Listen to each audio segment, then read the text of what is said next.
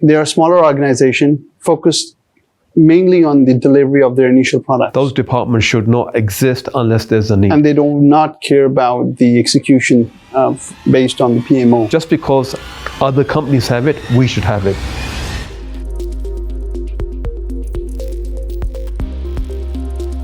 From my perspective, most of the startups I've seen, they are a smaller organization focused mainly on the delivery of their initial products, right? So the executive suite, usually the CXOs, they belong from that industry or from the specialized fields, and they do not care about the execution based on the PMO. Because if you compare with the mature organizations, right, corporates, where I think PMO is more essential and works in a much better manner, actually.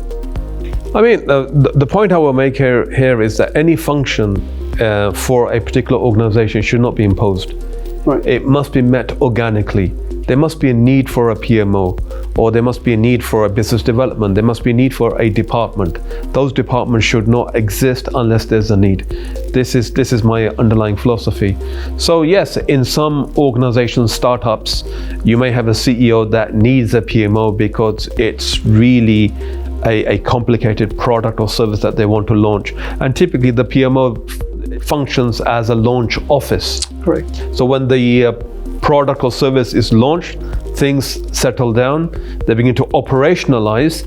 At that particular point, a transition from a launch office to a PMO can actually take place. So again, it depends from circumstances to circumstance, from company to company, but PMOs should not be imposed.